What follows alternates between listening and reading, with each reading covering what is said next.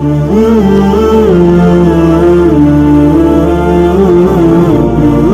اللہ الرحمن الرحیم وما من دابۃ فی الارض الا علی اللہ رزقها، اور زمین پر کوئی بھی ایسا جاندار نہیں مگر اللہ کے ذمہ ہے اس کا رزق پہنچانا۔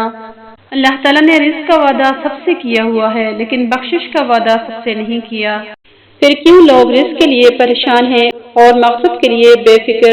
اس بات پر سنجیدگی سے غور کریں اور اللہ سے ہمیشہ مغفرت کی دعا مانگتے رہیں۔ اللہ ہمیں آخرت کی فکر نصیب کرے، آمین۔ حضرت سلیمان علیہ السلام اور ایک چیونٹی کا ایمان افروز واقعہ۔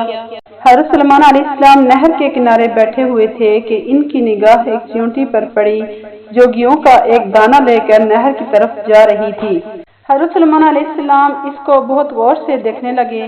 جب چیونٹی پانی کے قریب پہنچی تو اچانک ایک مینڈک نے اپنا سر پانی سے نکالا اور اپنا منہ کھولا تو یہ چیونٹی اپنے دانے کے ساتھ اس کے منہ میں چلی گئی۔ مینڈک پانی میں داخل ہو گیا اور پانی ہی میں بہت دیر تک رہا۔ سلیمان علیہ السلام اس کو بہت غور سے دیکھتے رہے۔ ذرا ہی دیر میں مینڈک پانی سے نکلا اور اپنا منہ کھولا تو چیونٹی باہر نکلی، البتہ اس کے ساتھ دانا نہ تھا۔ حضرت سلیمان علیہ السلام نے اس کو بلا کر معلوم کیا کہ ماجرا کیا تھا اور وہ کہاں گئی تھی۔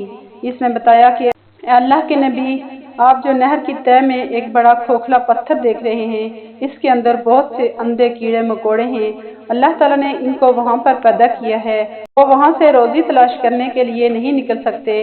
اللہ تعالیٰ نے مجھے اس کی روزی کا وکیل بنایا ہے، میں اس کی روزی کو اٹھا کر لے جاتی ہوں اور اللہ نے اس مینڈک کو میرے لیے مسخر کیا ہے تاکہ وہ مجھے لے کر جائے۔ اس کے منہ میں ہونے کی وجہ سے پانی مجھے نقصان نہیں پہنچاتا، وہ اپنا منہ بند کر کے لے جاتا ہے اور پتھر کے سوراخ کے سامنے کھول دیتا ہے، میں اس میں داخل ہو جاتی ہوں۔ جب میں اس کی روزی اس تک پہنچا کر پتھر کے سوراخ سے اس کے منہ تک آتی ہوں تو مینڈک مجھے منہ سے باہر نکال دیتا ہے۔ حضرت سلیمان علیہ السلام نے کہا، کیا تو نے ان کیڑوں کی کسی تسبیح کو سنا؟ چیونٹی نے بتایا، ہاں، وہ سب کہتے ہیں، اے وہ ذات جو مجھے اس گہرے پانی کے اندر بھی نہیں بھولتا۔ سبحان اللہ، اللہ کے ذمہ ہے ہر ایک کا رزق، وہ اس کو رزق پہنچا کر رہتا ہے چاہے وہ گہرے سمندر کے اندر ہی کیوں نہ ہو۔